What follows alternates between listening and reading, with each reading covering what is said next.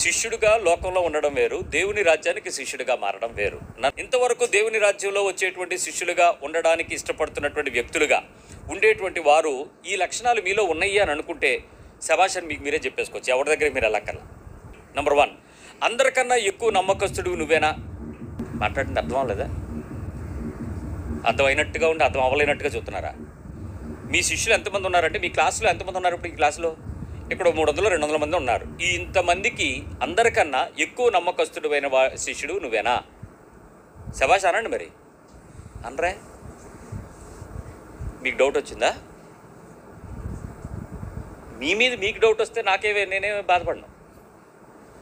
మీరు నమ్మలేరా అని నన్ను ఏమి ఎదురు ప్రశ్న లేకండి. నేను మీ గురించి అడుగుతున్నాను. మిమ్మల్ని అందరికన్నా ఎక్కువ నమ్మకస్తులు మీరేనా? మొదటి విషయం మీరేం మాట్లాడుకున్నారో మీకు తెలుసు. రెండో విషయం అడుగుతున్నాను, ఎక్కువ జవాబుదారీగా ఉండే శిష్యులు మీరేనా? ఆర్ యూ ద మోర్ అకౌంటబిలిటీని ఇవ్వగలిగిన వ్యక్తివి నువ్వేనా? ఎక్కువ జవాబుదారీగా ఉండాల్సిన శిష్యుడు నువ్వేనా? శభాష్ అనండి. అవును నేనే. అయితే నేనే ఎప్పుడు అన్నిటికీ జవాబుదారుగా ఉంటాను, నేనే తీసుకుంటాను అంటే ఎస్ నేనే అని చెప్పుకోండి. నెంబర్ 3, ఎక్కువ బాధ్యతలు ఎక్కువ పనులు ప్రతిసారి అప్పగించబడే వ్యక్తి నువ్వేనా? ఎక్కువ సార్లు బాధ్యతలు పనులు అప్పగించబడే వ్యక్తివి నువ్వేనా అంటే నా అర్థం ఏంటంటే, పని చేసేవాడికి చెప్తారా చేయనోడికి చెప్తారా అంటే ఏంటి అర్థం? నేను అడిగిన ప్రశ్నకి నువ్వు రోజు చేసేవాడు అయితే నీకే చెప్తాం, నమస్కారాలు పెట్టి అయిపోయిందన్నా అని లాస్ట్లో వచ్చేవాడు పక్కన ఉంచున్నావు అనుకో, నిన్ను పిలవం. అదే అడిగాను నిన్ను. నువ్వు ఎక్కువ బాధ్యతలు ఎక్కువ పనులు ప్రతిసారి అప్పగించబడే వ్యక్తివి నువ్వేనా? శభాష్ అనుకోండి. నెంబర్ 4, అన్నిటినీ అర్థం చేసుకుని అవగాహన చేసుకునేంత జ్ఞానివి నువ్వేనా? నీ నాయకుడు చేస్తున్నా చెబుతున్న పనిని అర్థం చేసుకుని ఎంతో అవగాహనతో చేసేసేటువంటి వ్యక్తివి నువ్వేనా? ఏ పని అయినా అతను చెప్పిందే తడువుగా అర్థం చేసేసుకుంటావు, అవగాహన చేసేసుకుని పని కూడా చేసేస్తావు. ఆ వ్యక్తివి నువ్వేనా? నెంబర్ 5, అంతరంగాన్ని పంచుకోగలిగిన శిష్యుడు నువ్వేనా?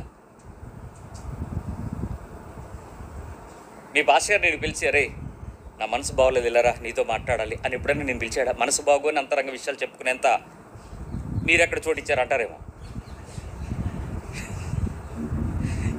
నేను ఇస్తాను, మీరు మీ సొద నాకు చెప్పకుండా ఉంటే, మీ గోల నోరిప్పకుండా ఉంటే, మీ ఏడుపు కొట్టు ముఖాలు నా ముందుకు రాకుండా ఉంచితే, మీ దీన గాథలు యండమూరి వీరేంద్రనాథ్ సశేషం అయిన నవల్లో మీ జీవితానికి సరిపడిన పుస్తకాలు మీరు రాసేసుకోకుండా ఉంటే, బ్లాంక్ పేజీతో వస్తే నేను నా గతాన్ని చెప్తా. ఎంతమంది వస్తారు? దొరికాడరా బాబు అని చెప్పి లిస్టులు చెప్తుంటే ఎన్ని హార్డ్ డిస్కులు మెమరీ ఉందో తెలుసా దీనిలో?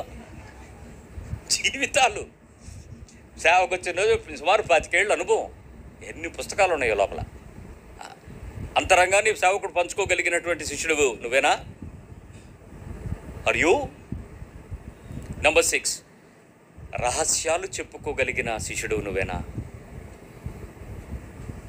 హిస్ పర్సనల్ లైఫ్లో ఉండే సీక్రసీ నీతో చెప్పగలరదా? పర్సనల్ సీక్రెట్స్, అతడు పడుతున్న వేదన, అతడికున్న దుఃఖం, అతడు పడుతున్న శోధన, అతని అంతరంగంలో ఉన్న యుద్ధం నీతో ఎప్పుడైనా రహస్యంగా చెప్పుకోగలరా? నెంబర్ 7, అతడి ఫ్యూచర్ ప్లాన్స్ గురించి, భవిష్యత్ ప్రణాళికల గురించి నీతో చర్చించగలిగేంత అంతరంగికుడువేనా? ఈ 7 ప్రశ్నలు అసలు నువ్వు స్టూడెంట్వా కాదా చెప్పి డిసైడ్ చేస్తాయి. తినడానికి వచ్చే బ్యాచ్లో కూర్చుంటే నువ్వు శిష్యుడు కాదు. సమర్పించుకోవడానికి వచ్చిన వాడు శిష్యుడు, సిలువెత్తుకోవడానికి వచ్చినవాడు శిష్యుడు, వాడి జీవితంలో ఉపేక్షించుకోవడానికి వచ్చినవాడు శిష్యుడు. అంతేగాని వెనకాతల బ్యాగ్ పట్టుకుని ఉంచినవాడో, నా కారు డ్రైవ్ చేసేవాడో, లేక నేను వెళితే నా వెనకాతల వచ్చి మీకేం కావాలి అని నా ఎదురుగా నుంచి చేతులు కట్టుకునేవాడు శిష్యుడు కాదు. వాళ్ళు పరిచారికులు 100 మంది ఉంటారు, శిష్యులేరి. ఆయన అడుగుతున్నాడు, చాలామంది శిష్యుల గురించి ఇన్ని ఉపమానాలు దేవుని రాజ్యం గురించి చెప్పుకుంటూ వచ్చి పరలోక రాజ్యంలో శిష్యుడిగా ఉండడానికి ఒక అర్హత ఉంది, వాడు ఎలా ఉంటాడో తెలుసా అన్నది ఒక కన్క్లూజన్ గీత గీశాడు ఆయన. ఆ గీత దగ్గరికి వచ్చి ఎతుకుదామంటే నీ గురించి ఏమని చెప్పాలి?